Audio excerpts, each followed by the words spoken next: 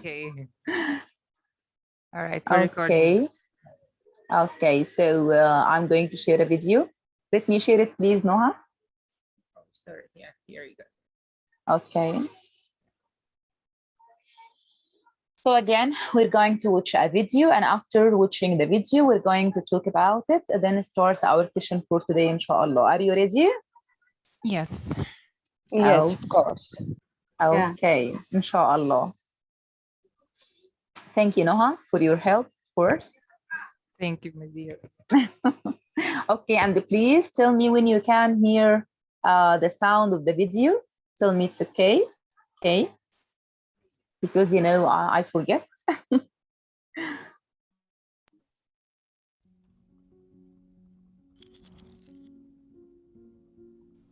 Once upon a time, there was a young man who worked at a factory.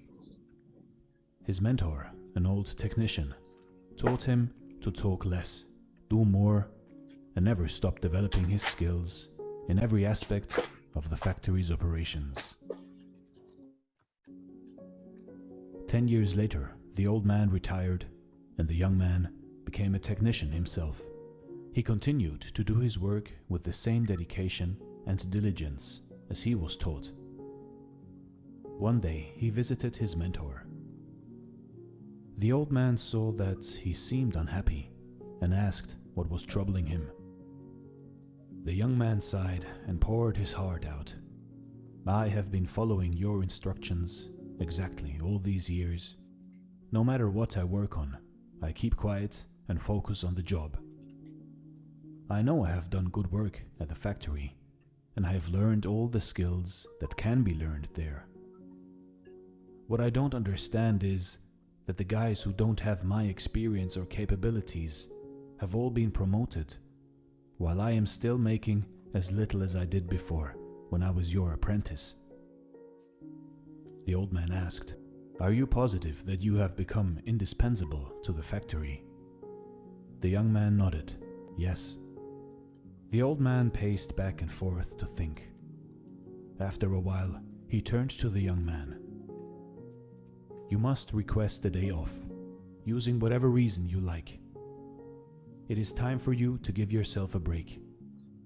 The young man was surprised by this advice, but the more he thought about it, the more it made sense. He thanked his teacher and left quickly to make a time-off request. When he returned, So, what did the mentor advise the young man to do? Take a break. Take a break. Before taking a break, what was the first piece of advice? Yes, talk less, And do yeah, more. do more, and develop his skills. Okay. So why did the young man visit his mentor after he retired for the first time? Why did he visit him? So he was unhappy. Yeah, he was unhappy. Why was he sad or unhappy? Why? What? Maybe his friends became promoted and he is still at his position. He wants to know the reason for this. Yeah, that's right. That's exactly what he felt. And what was the old man's advice for him? He wants him to take a day off to think about himself and to take a break. Yeah, so sometimes we need to take a break or a day off to complete our work and to change ourselves. So let's see together what happens next. Okay, are you ready? Are you ready? Okay, let's go on. turned to work after his day off. The manager called him into the office to tell him that things did not go well at the factory while he was gone. Others encountered many problems that normally would be handled by him, and they had no idea how to solve them. Realizing his importance, the manager decided to promote him to the position of senior technician, to thank him and encourage him to keep up the good work. The young man was grateful for his mentor's wisdom. Surely, he thought, this was the secret to success. From that point on, whenever the young man felt like he deserved more than what he was getting, he would take a day off. When he came back the next day, the situation would improve to his satisfaction. This pattern continued for months. One day, the young man found that he was blocked from going into the factory. Much to his shock, he found out that his employment was terminated. He could not believe it. Not knowing what else to do, he went back to see his mentor to try to figure out how things had gone so wrong. "Why did I lose my job?" he asked with wounded pride. "Did I not do everything as you instructed?" "Actually, you did not, because you heard only half the lesson," the old man shook his head. "You understood right away that no one pays any attention to a light bulb that is always on. It is only when it goes off that people suddenly take notice and realize they've been taking it for granted. You were so eager to apply this understanding that you left before hearing the second half." Second half? It began to dawn on the young man that perhaps he made a big mistake. What was the second half? The mentor spoke slowly to make his point. The second half, more important than the first, is the realization that if a light bulb goes off frequently, then sooner or later it will be replaced with one that is more reliable. Who wants a light bulb that no one can count on to provide illumination? You see, in life, in your life, do you have friends and family members that you take for granted and they're always there for you? What happens if one day they are no longer there? Do not wait for such a day to suddenly realize how important they are. Give thanks today for the good fortune of having them in your life. Also, don't let yourself being taken for granted. But at the same time, do your work and don't stop everything you do just because it doesn't go the way you want it to go. Find the balance in life, and life will reward you with giving you the balance back. This is Dare to Do Motivation Stories. Thanks for watching and stay blessed. For the good fortune of having them in your life. Also, don't let yourself being taken for granted. So, what was the message from this video? Hello? Yes. Yes, I can see you now. So, what was the mentor's advice for the young man? I think the advice is to do your best, okay? And even if it doesn't go the right way, you have to do your best, okay, anyway. That's right, exactly. Excellent. What else? Yes, Miss Firdaus. Yes, go on. Yes, Amani? Yes, okay. I think his message was not to let myself or ourselves being taken for granted. Excellent. That means you must or you should have a balanced life. If you made a mistake, just put an eye on how can you correct your mistakes. Wonderful. Yes, go on. And be satisfied all the way. Thank you. Excellent, that's right. So satisfaction is very important. It's not to take all things for granted, not to repeat ourselves. And at the first, there was something very important he told him. Do you remember?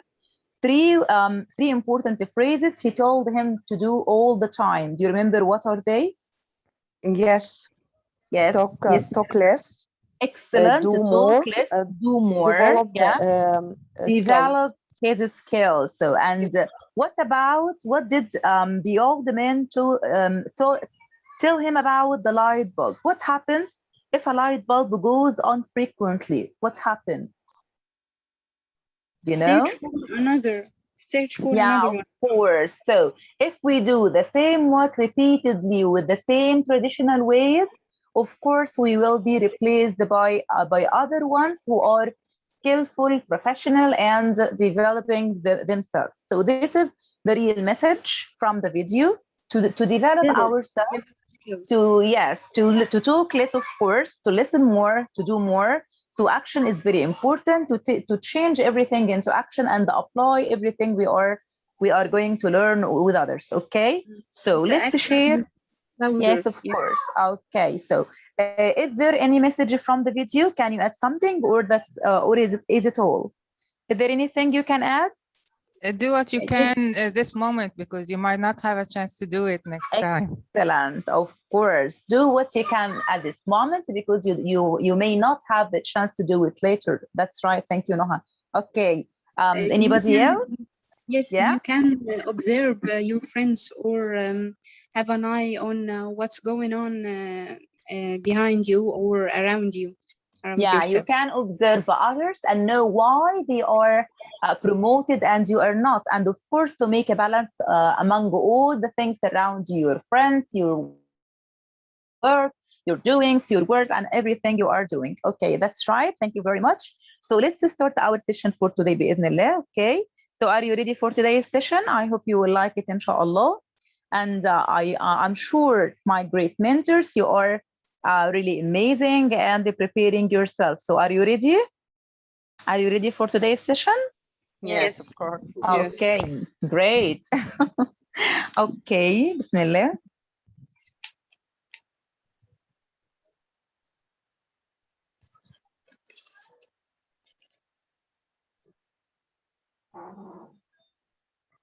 Okay, is my screen, is it clear now? Can you see it? Yes. Yes. Okay, so this is the Relo Mentorship program. Hello, my dear colleagues. Welcome to the second session, and nice to meet you again, my dear colleagues of great mentors, of course. Today's agenda, the first is about number 1, icebreaker. The second point is quick review about the previous session. Number 3, writing objectives according to ABCD model. Number 4, Bloom's taxonomy and action verbs to prepare a good lesson plan. Number 5, this was the first request you have. When I checked the needs analysis, I found that your first request was about teaching grammar.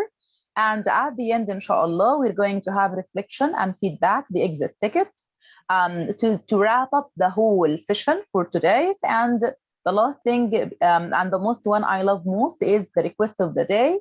It's a topic you will choose to prepare for the next session, inshallah. Okay, so are you ready? Okay. Are you ready? Okay, Yes. so let's start with the icebreaker. Who am I? I support, guide, and facilitate work. I never say right or wrong. I just lead you to the right track or the right path. So who am I? Mentor. Mentor. Excellent. Mentor. So you are really great mentors, of course. So he's a mentor. Okay. So now tell me, who is a mentor? Can you remember? We have just mentioned who is a mentor? Who is? You can share, raise your hands, and know how we're going to select or choose. Yes. So we have Miss Amani, the first one to raise her hand. Yes. Okay, Amani. Yes, Amani. A mentor, it can be a guide or a facilitator, advisor. Yes, what else? Well done, Amani. He's a guide, a facilitator. Excellent. Who else? Can you add something else? Support. What else? Oh, sorry. Yes, supporter, of course. He's a supporter. Okay.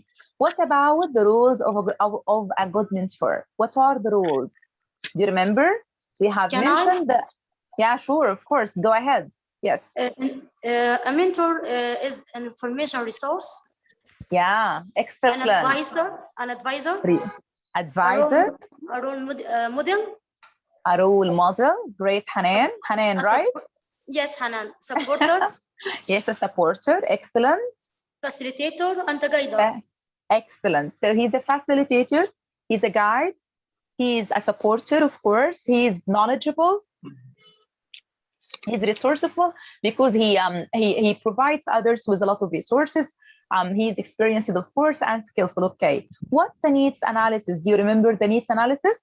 And we have said before doing anything with your learners or your trainees or mentees, you have to prepare a needs analysis. What's a needs analysis? Do you remember? Mr. Ahmed, Yes, Yes, miss. Mr. Ahmed, yes, go ahead. Thank you, Ms. Fernandez. Yeah, and the needs welcome to the session. Yeah, go on. Thank you very much. The needs assessment, it's a kind of a form of a question, maybe a picture or sign. It measures the needs of the mentees, like we have a placement test in an exam. We can ask mentees about their needs. We can build a kind of rapport with our mentees. It can be this test maybe oral, maybe written, and we can use the language in Arabic or in English. It can be used to for the needs assessment. And the role of the mentors for this point is to use the language and how to practice it with their mentees. That's great, exactly, Mr. Ahmed. You have mentioned everything. Okay, so it's a tool we use with our mentees, trainees, or learners to measure or to know about their backgrounds, their experience, what they want. We can use either Arabic or English according to the language they prefer. That's right. Okay, so what kind of needs analysis we can do with our mentees? Is it only just a form, or are there any other kinds? It's maybe a form of a question, maybe picture, maybe sign. Excellent. So maybe yes. questions, maybe pictures, maybe using some signs, like thumbs up and down, maybe interviews, maybe a survey. That's right. Excellent, my dear friends. Okay, yes. So let's watch a video before starting today's topic, and then we're going to complete together. So are you ready for another video? Are you ready? Yes. Hello. Yes. Okay. So I'll stop sharing this video, this presentation, and I'm going to share another video with you before starting. And I hope you like it, inshallah.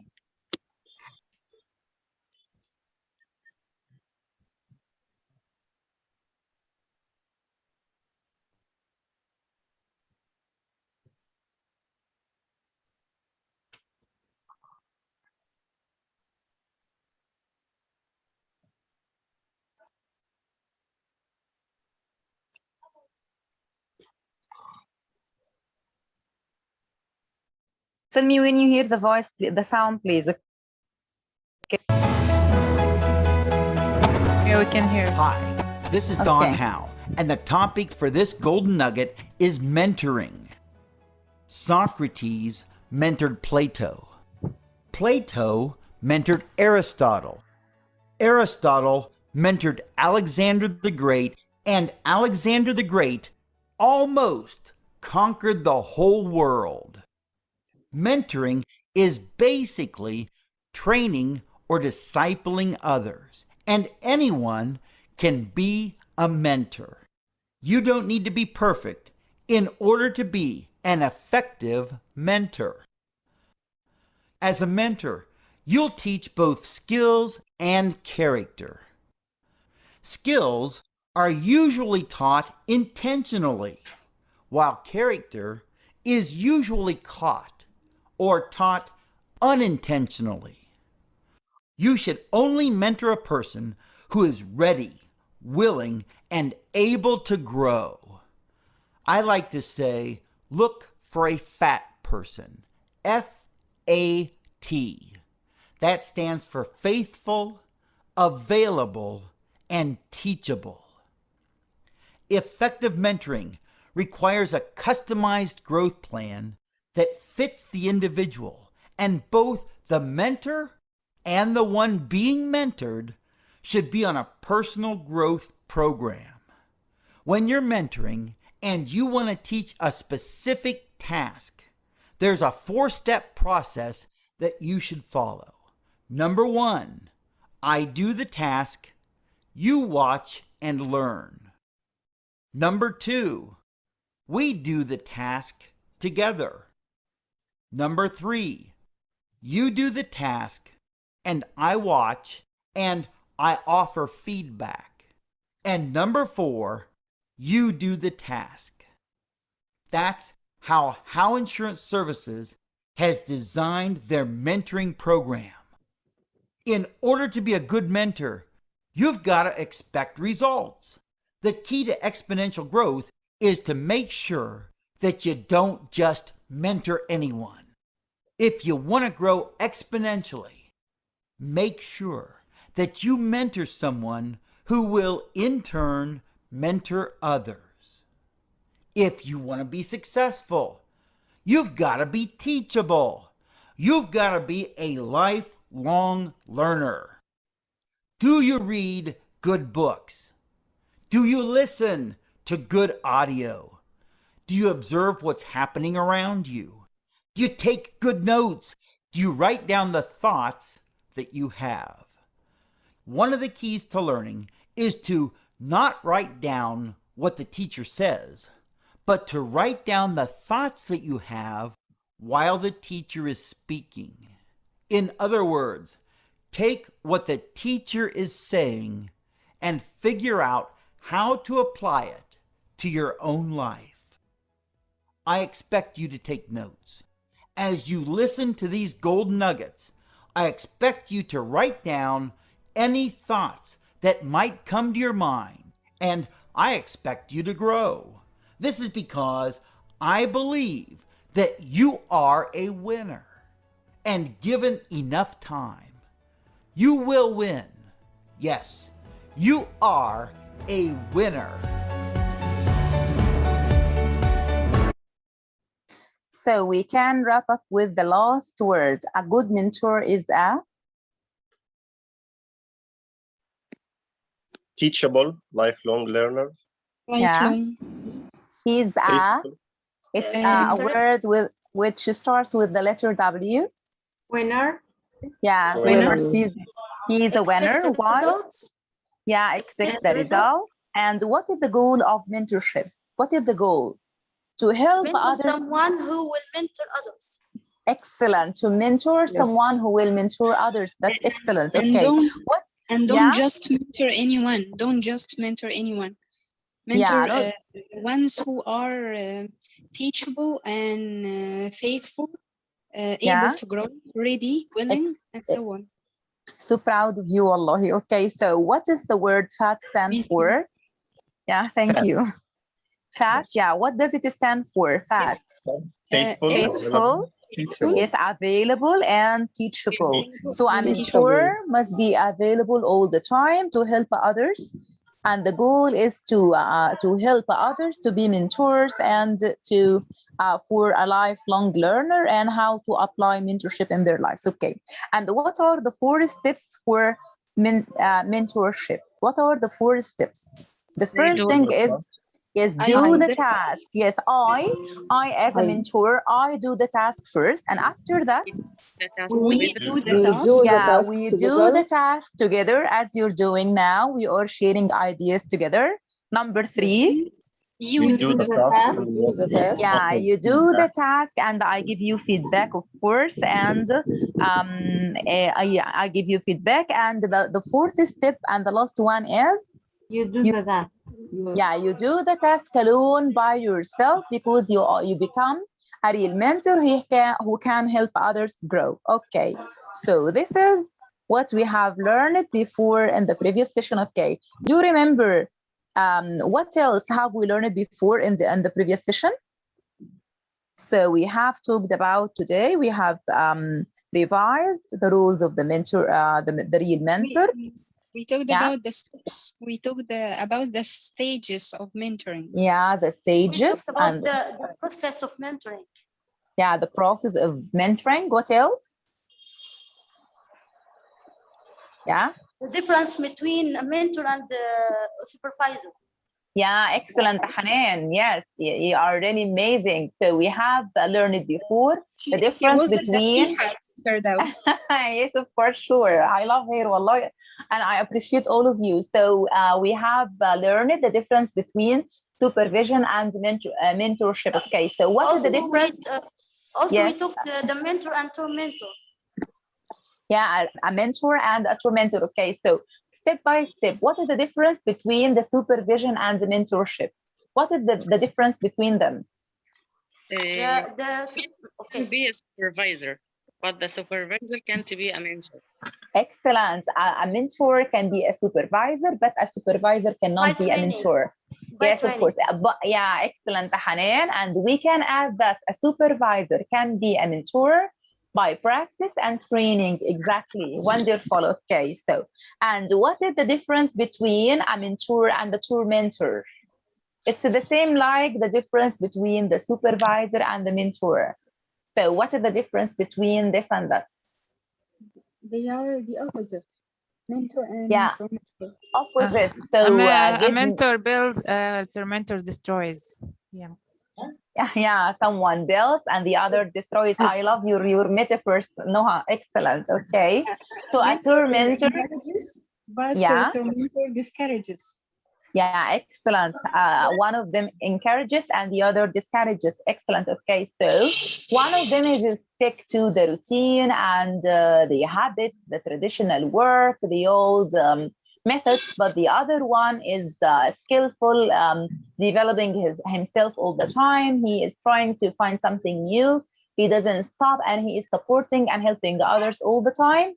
We can say that the tour mentor judges and criticizes the others, but a mentor guides and supports others. Okay, so let's move. This is thank you for your feedback. You are really more than wonderful and amazing, my great mentors, of course.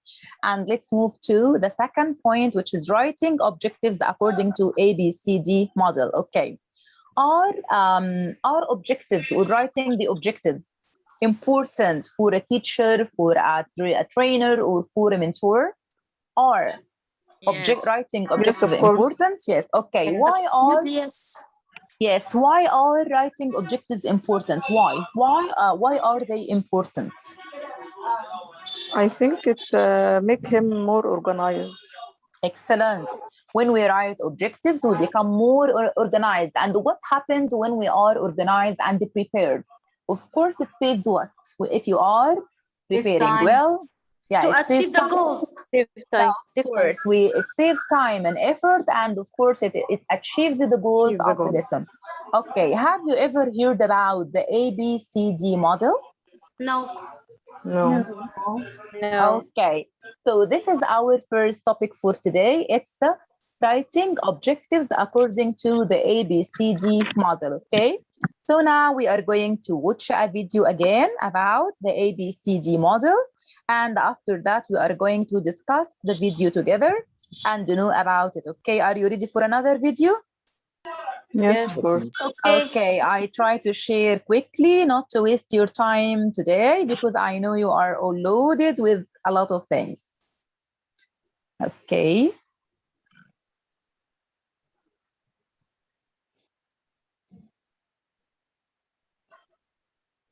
And again, tell me when you can hear the sound. Okay. And click it. So here. Yes, it's going to talk a little bit about writing ABCD learning objectives. This may not be something you're used to seeing. Maybe you have.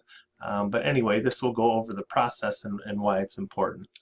So first of all, why do we write learning objectives in the first place? Well, we all have to teach from a specific state curriculum standard. All of our lessons need to be based on that, and that's why we need to create these objectives, so that we can make sure we're hitting that standard. Also, these objectives describe exactly what our learners will display upon completion of the lessons. So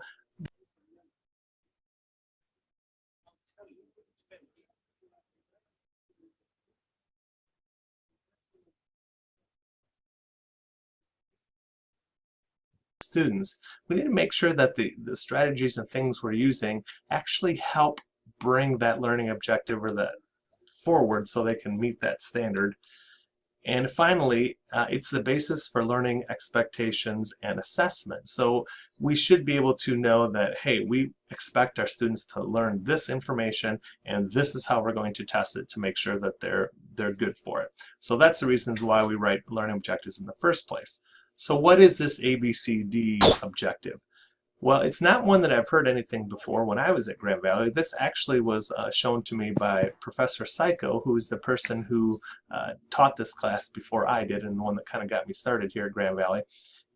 And basically, it's an easy way to write a well-stated learning objective that's easy for you to measure. So easy to understand, easy to measure, that makes a good learning objective.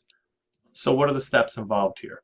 Well, the A of ABCD is the audience. Who is the objective for?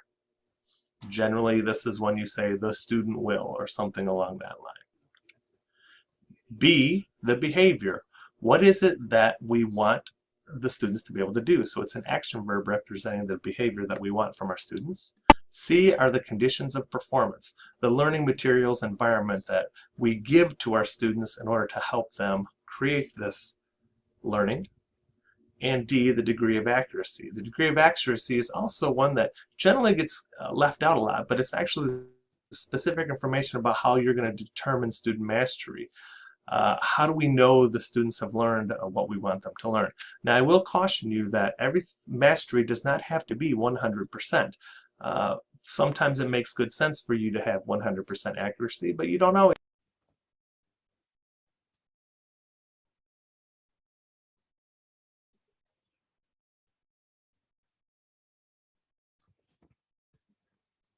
Careful, it doesn't always have to be 100%. It can be, doesn't always have to be.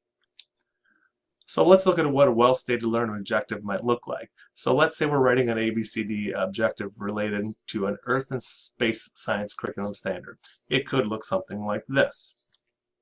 Upon completion of this learning experience, the learner will be able to identify the planets in our solar system when shown pictures, getting at least 6 out of 8 correct. You'll see the A, the audience, the learner. B, the behavior, will be able to identify the planets in our solar system. C, the conditions of performance when shown pictures. And D, the degree of accuracy, getting at least 6 out of 8 correct. So that is a well-designed learning objective that is easy to understand and easy to assess, and really takes care of the business there. So if you have any questions about this, please feel free to contact me. And okay, so what is the ABCD model? It represents audience,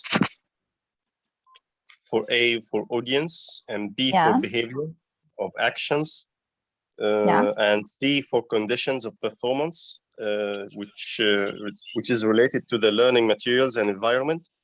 D for the degrees of accuracy, related to specific information. Excellent. So first of all, it's a tool for writing what? For anything. ABCD model is a tool for writing what? The objectives. Yeah, it's a tool or a way of writing the objectives of the lesson, of course, and each letter of them stands for something, as Mr. Ahmed has mentioned. For example, A stands for audience. A stands for audience. Yeah. Who are the audience? When we say Amy, audience means the learners. Students. Yeah, the learners, and the learners, maybe the trainees, maybe mentees, whoever you are teaching for. Who's the objectives for? Yeah, who the objectives are for. Excellent. What about B? Behavior. Behavior. But with the behavior here, yes, we mean the action verb or the verb the learner or the audience are going to achieve in this lesson. Excellent. What about the condition? What about the condition? Using material. The material. Yeah, when we say condition, we talk about is the environment and the tools or the teaching aids we are going to use with our learners. Okay. What about D?